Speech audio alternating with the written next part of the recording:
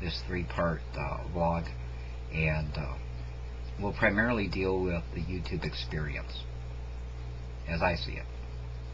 Everyone has their own opinion, and I'm sure there are scholars and newspapers that will define it differently than I do.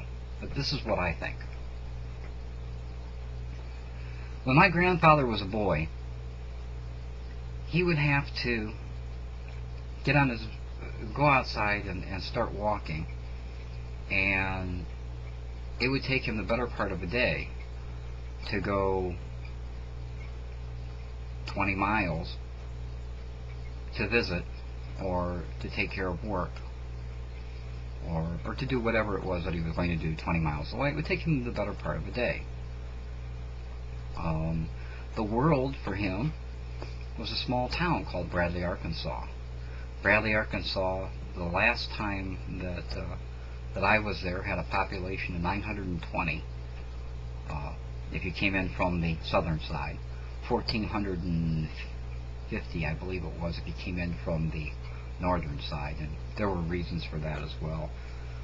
Basically, the sign that tells what the population is was never taken down, and when that sign was originally put up, they didn't count the black folks that lived there and as part of the population. So the sign's still there, which is, it's kind of interesting. It's kind of a historical, almost like a historical monument, not really about racism, but about the time in general. At any rate, it would take him it would take him the better part of the day to go 20 miles. And then there was teletype and eventually telephone, and now he could talk to people that were much farther away. He couldn't touch and feel, but he could talk to them. And so his world became bigger.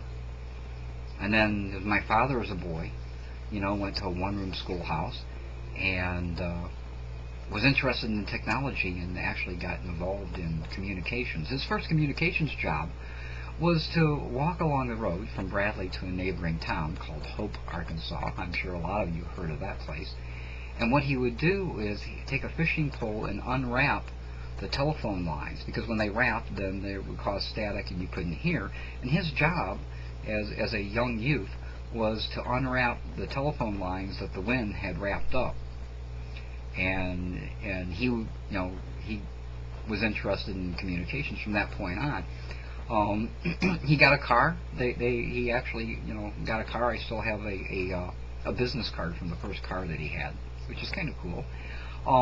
And with that car, he could go to Hope, or he could go to Shreveport, Louisiana. It's near that area, and his world became bigger. And so the people that he met, you were seeing television programs first locally and eventually from all over the place, and there was syndication, and your world got bigger, and you heard more about the world outside where you lived. Then came computers and the internet. And now you could sit down at the internet and you could leave a message on a message board, and you could talk to someone in Scotland or Great Britain or Taiwan or Guam, and the world got bigger. And the bigger that it got, what most people found was that they were more alike than they were different. And that they weren't all evil people, that they wanted the same things for their children. They wanted them to have a nice, a decent house to live in. They wanted them to have some good clothes. They wanted them to do better than they did when they were young. And that they were all basically had the same value systems and the same wants and needs.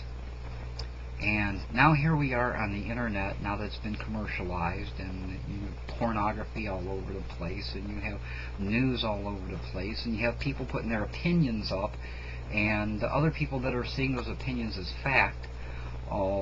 There was a problem early on in the internet where people would put up sites that looked like newspapers, and other people would go there and read that and think that there was some authority behind it and state it as fact, when it wasn't fact. It was just one guy's opinion.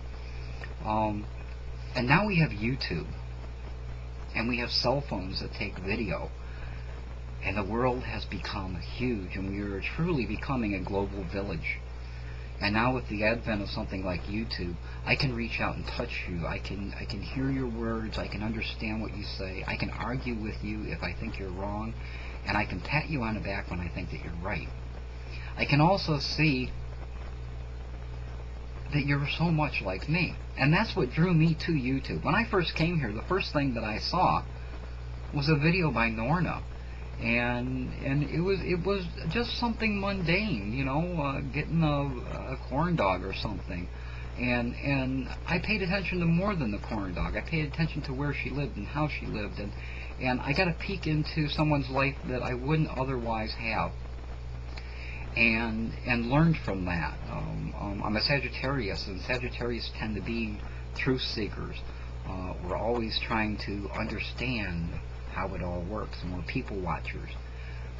So that interested me, you know, and times it entertained me, you know, when she genuinely said, I'm a national celebrity, and you could hear the realization in her own voice that it just hit her. And it was a beneficial thing for her. It was a good thing for her. You know, she needed that pat on the back, and she was getting it through YouTube, and that was a good thing. And then I saw Bowie Chick, and then I saw Slayerette, and I saw hundreds of other people that were doing the same thing, putting up their everyday mundane lives, also showing the things that they enjoy, playing guitar or singing or going to a club and watching music. You know? This is a place where you can discover what the world really is like, and more than anything else, we see ourselves.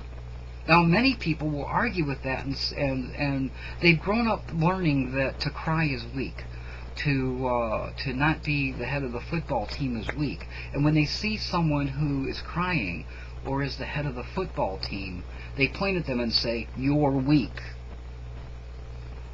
Because that's what they learned. That's what they grew up with. That's what life is to them.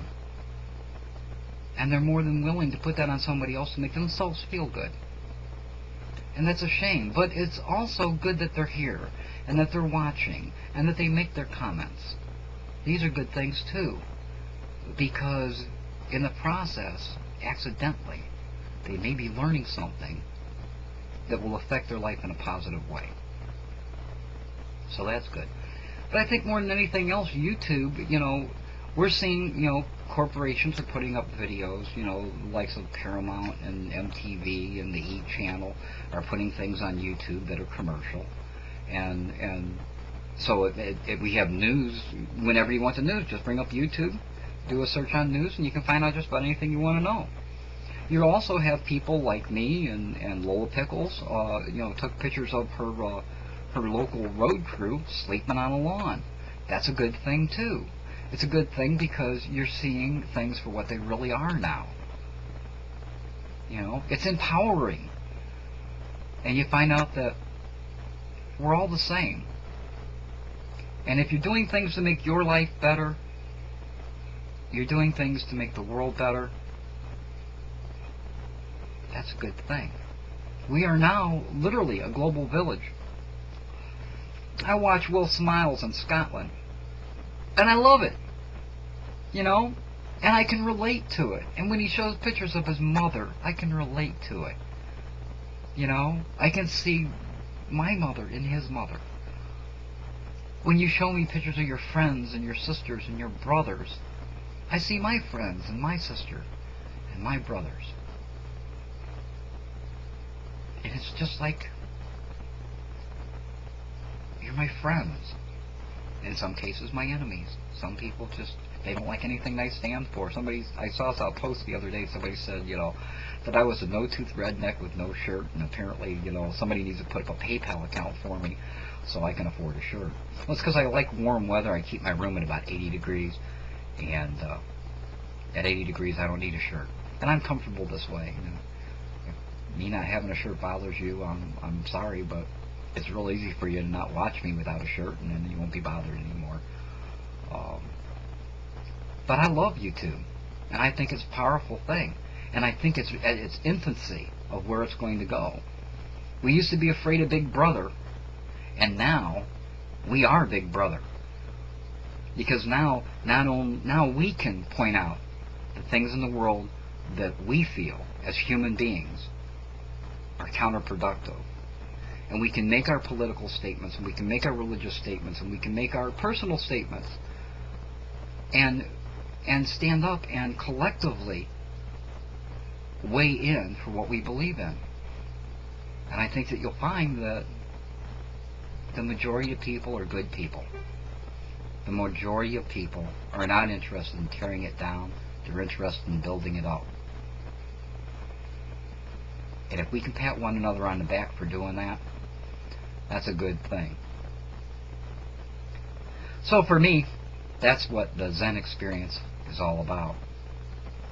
I'd like to apologize to you for...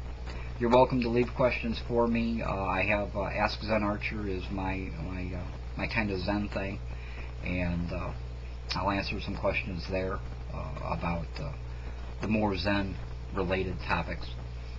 And thank you for watching. And you may be watching me. I guarantee you, I'm watching you. Until next time, be well.